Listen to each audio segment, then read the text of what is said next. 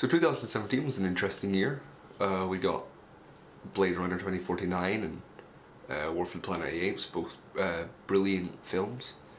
Jumanji, Welcome to the Jungle was actually turned out to be a nice family film, and not ruin the first film. It was pretty good.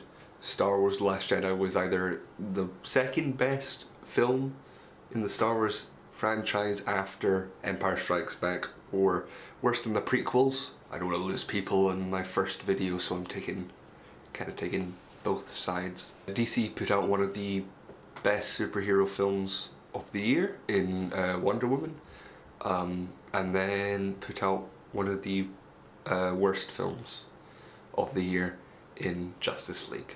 Sorry, I can't play both sides of that argument. It was a bad movie. Emoji Movie happened.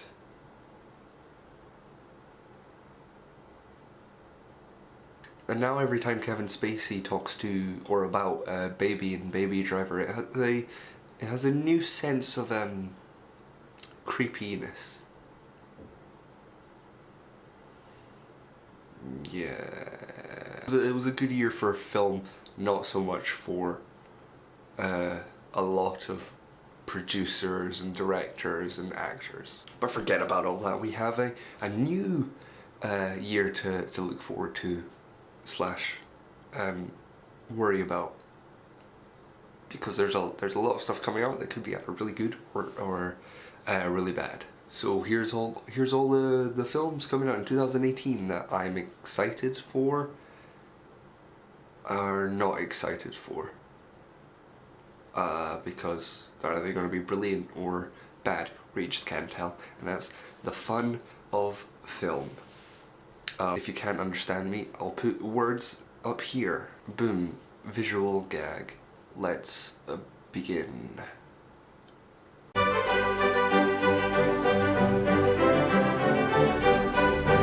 First off, we have Avengers Infinity War coming May 4th, which will actually be 2 days after the 10-year anniversary of the beginning of the Marvel Cinematic Universe, starting with Iron Man in 2008, May 2nd. So it's a pretty cool thing. So there's been 10 years of build-up. Here in the UK, we're actually getting it earlier than May 4th. That's the American date, so next up we have Jurassic World 2 Fallen Kingdom. The trailer for this film didn't make it look like the best film. I enjoyed the first Jurassic World. A lot of people didn't, and therefore weren't surprised when the trailer for the new film looked a bit odd, because it wasn't really exciting. Yeah, there was a volcano erupting, but the people get away from that, and I don't get how they're going to explain Owen surviving that heat that he gets in. That would burn him very badly. Excited to see how that turns out. Then we have the untitled Deadpool sequel, which could actually be its name, which would be funny. Deadpool 1 was really good. And yeah, I can't wait to see Josh Brolin as Cable. Josh Brolin has 2 big roles in Marvel films this year. So that's kind of exciting.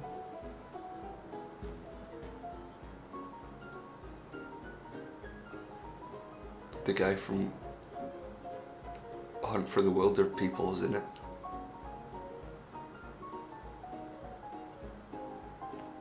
Then we have Ready Player One. I didn't really like the book a lot, basically because how the main character Wade Watts was written.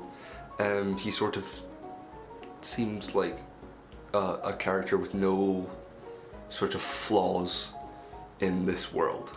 He knew everything. Because he was one of the best gamers, he could just get through all the challenges. It was very, very odd. But the film, the trailers look amazing. I think the film's gonna look amazing. I really hope it isn't shit, because that would be sad. Because it says in the trailers a cinematic spectacle, and it does look like it will be a cinematic spectacle with a lot of 80s references. Yeah, the 80s were the best, weren't they? I don't know, I was born two years before the 90s ended. Then we have Incredibles 2. Incredibles is one of my favourite Pixar films. I think it's a really good family and superhero film combined. It was really good. Incredibles 2 looks... I don't know. It looks good, okay. Fuck. Then we have Isle of Dogs by Wes Anderson. Fantastic Mr. Fox by Wes Anderson is one of my favourite films, in the way that it doesn't take itself too seriously but still managed to be a very, very good serious film, which I guess is Wes Anderson's style.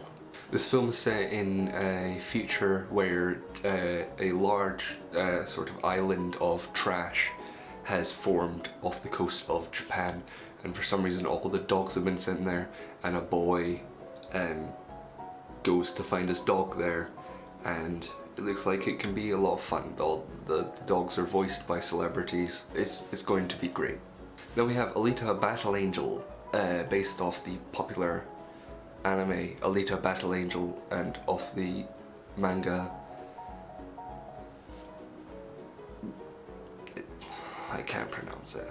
I don't remember it. It's directed by Robert Rodriguez, who did Spy Kids and Machete and From Dusk Till Dawn, and did he do Planet Terror? It looks brilliant. I love how they've managed to make Alita look still sort of like the anime character, but still sort of realistic with the huge fucking eyes. Yeah, we could get some good action, and yeah, it just looked really nice. I don't know. Could be rubbish. I'm optimistic. Apart from things like DC. We're getting paid for the month. Then we have Early Man from Aardman. I live in the UK, where basically my generation were sort of raised on Wallace and Gromit and Creature Comforts and Robbie the Reindeer, which a lot of people haven't seen for some reason. The generation after us came up with Shaun the Sheep and Pirates. In an adventure with scientists, or whatever it was called in America. I think it's called like a band of hooligans. I don't know. So I get excited anytime Aardman bring out anything. I like their style of comedy. They're really good. Stop motion animators. Watch Robbie the Reindeer. Hooves of Fire. It's a good film. And then we have The God Particle, which is the third film in the Cloververse from Bad Robots. J.J. Abrams' Cloverfield, and then 10 Cloverfield Lane, and then God Particle, which has Chris O'Dowd in it. I don't know, we know nothing about it. It's exciting. Woohoo! I liked 10 Cloverfield Lane. I like J.J. Abrams. He's brilliant. I love him. Cool. Then we have Bumblebee, the Transformers solo film with Haley Steinfeld. This is the first Transformer film without Michael Bay, so it might actually have an interesting story. And John Cena is in it. Then we have The Shape of Water. I know the film's out already in like America, but it's not here in the UK, and it's coming out next year. so still counts as a film I'm looking forward to in 2018. Anticipation rises. Then we have a film which is less known, called The Happy Time Murders. It is basically an R-rated version of The Muppets, in that it's set in a world where the characters of a puppet show on TV actually exist, like the Muppets do, in a show called The Happy Time Gang, and one of them's murdered. And so a puppet detective, and I think Melissa McCarthy, investigate the murder. The most interesting thing is that it's made by the Jim Henson Company, who make Muppets, so it's not like a low parody. It's going to be it's made by the same people who make the Muppets, so it's going to be a pretty good quality. Then we have Johnny English 3. I really like the first Johnny English. The second Johnny English happened. I want to see more of Rowan Atkinson. I haven't seen him in ages. He did a film in Japan or China, I don't know. He did a film in China where he reprised his role as Mr. Bean. It was like big funny top man, big top funny man. I don't know. I'm not being racist. It has a very strange name. Top funny comedian the movie. That's what it was called. Then we have Hellboy: Rise of the Blood Queen. I really liked the Hellboy films. I love the Hellboy comic. I love David Harbour in Stranger Things, and I once played a D&D campaign called Rise of the Blood Queen, so all fits together. Yeah. Now for films I'm not looking forward to, don't worry, this list is shorter. Aquaman, that's coming in December. I just don't care. Justice League has just, I killed it for me. I know, well, every film kills it for me, and then I look forward to it, but I just don't care about I don't care about Aquaman.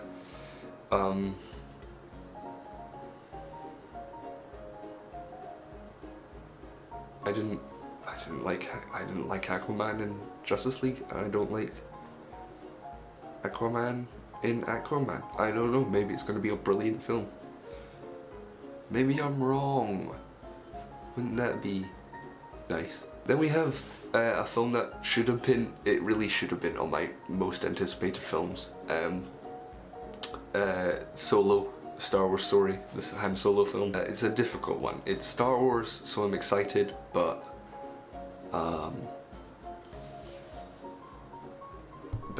like Rogue One, I'm just not as excited as I was for Force Awakens and The Last Jedi, and as I am now for Episode 9, as I was for this. For two reasons. I'm not looking forward to Alden Ehrenreich's portrayal of Han Solo. When word gets out that Disney has, or Lucasfilm has hired an acting coach for your main lead, that's not good. Why'd you cast him if he's not good as Han Solo? That's the bloody point. And the second point is that they could have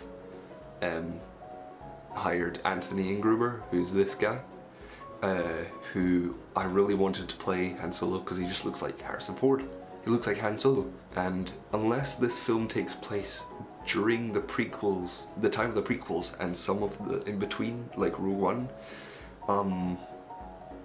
I don't know how they're going to explain Han Solo going from this to this when they could have just had this to this.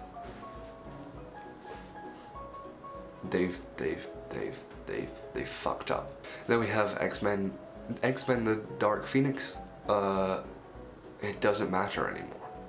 And like the DC films, I don't care about the X-Men films apart from Deadpool, because they've essentially been bought by Disney, but the thing won't take place, the acquisition won't take place in like 12 to 18 months, which in 18 months will be when Avengers 4 is released. So the one after Avengers Infinity War, which is when everything's supposed to change. So it would make sense for that to happen, but I just don't care about the current X-Men films. Sorry. And then we have finally Tomb Raider. I just don't look forward to this film. It's a video game film. It's not one where I'm finally going, oh, maybe it will be a good video game film, which I had hopes for Assassin's Creed and Warcraft. I liked Warcraft, didn't like Assassin's Creed. I'm just not looking forward to Tomb Raider. Alicia Vikander looks good in the role, but the film just looks like just the reboot of the game. I don't care.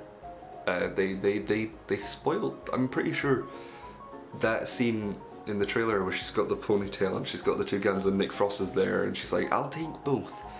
I think that will be the final scene before the credits, or maybe a post-credit scene. So I don't get why they've done that, because she's off the island and it's clearly the end scene. It's very strange. And those are the films of 2018. Here's a quick list of all the other films that are coming out that I'm not really looking forward to, but I'm not looking forward to, you know.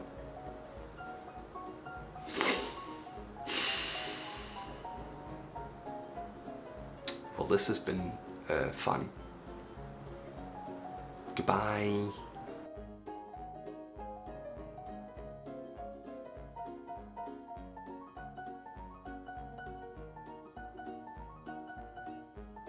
Can you see? Is it just white for you guys, or is it a nice white? Because it's just my wall. I'm not sure if you can see. It's in my uni accommodation flat. In my small room. There are hand marks, like clear handprints from the prior owners. So yeah, I don't know if you can see that. I hope not, otherwise